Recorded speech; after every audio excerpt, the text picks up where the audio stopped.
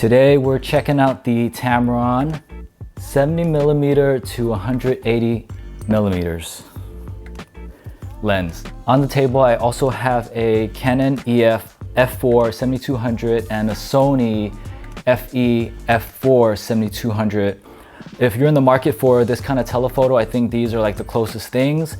And then you also have the Sony 135mm f1.8 G Master, but this is a little bit more of a specialty lens, so we're not going to talk about that yet, but I'll come back to it. When Tamron first announced this lens, I knew that I had to have it because their wide angles 17 to 28 and 28 to 75 is like legendary, right?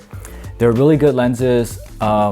Constant aperture 2.8, they're really affordable, so what's not to like about it? We're gonna take a look at how this actually compares to the other two. Everything is more or less the same height. This thing's a little bit lighter, but with the adapter I think that it's gonna equal out to the weight of these two. There is one other option, which is the 7200 f2.8 G Master, which is gonna be like this tall and like this fat and like twice as heavy and costs twice as much. Taking this guy out the box, I did feel that it was a little bit more heavier than I anticipated, only because we're comparing against like the first two Tamron zooms, and we really wanted this thing to be like a super magical lightweight lens. And after using it for a day, I gotta say that, like, relatively speaking, it is just that. It does come with a lens hood in the box, but for the sake of this demonstration, I left it off. Now, what you'll notice is that this Tamron doesn't come with a tripod collar, and it's because it doesn't need to. This guy is just super usable and manageable so that you don't need a collar. The build quality is super similar to the 17 to 28 and 28 to 75. It feels good in the hands. It has a matte finish. It's plastic, but that's what gives it that lightweight attribute. Usually for most lenses, we have the zoom ring closest to the camera and then the focus ring further out. And I think that's because, like, traditionally it's more for photography, which the zoom function would be more important, hence it's closer to the camera. I think that Tamron recognizes that video is really gaining popularity, and personally I think it's gonna overtake stills in the future. So they actually have the zoom ring on the outside and the focus ring on the inside, so that when you're holding it on the camera, it's much more easy to manual focus. Even though it's electronically controlled, it's super usable. With the 7200 f4, the manual focus is like super slippery and you don't get much feedback from it. On the Canon lens, you have mechanical focus, so it's actually physically focusing the lens as you move the ring. The Tamron has a really good compromise as far as like feel and being able to rack focus.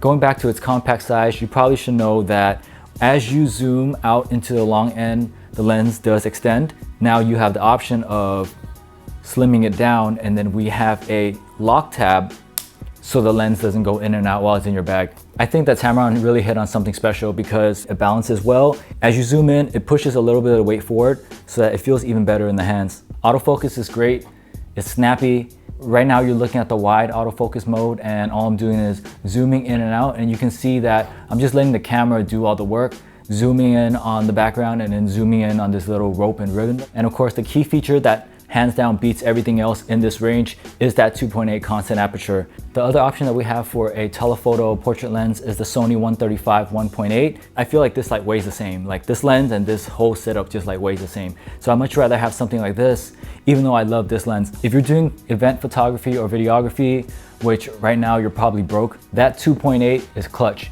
Now the f4, if you're shooting at 200mm, you'll get a little bit of that background separation, right? But at 2.8, it just allows you to blur the background much better.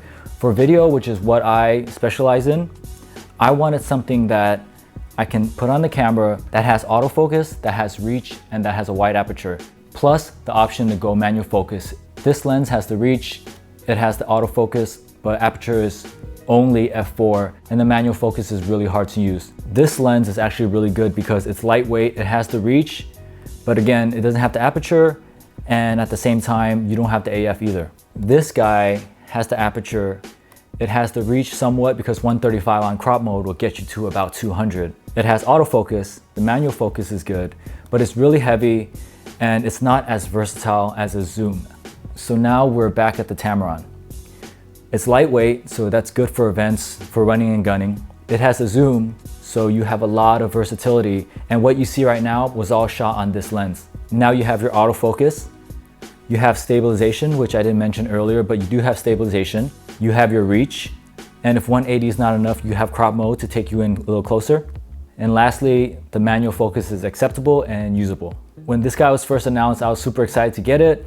And B&H just opened up pre-orders like maybe about 3-4 weeks ago. And I just smashed that buy button, just like you should smash that like button. Overall, I think it's a great buy.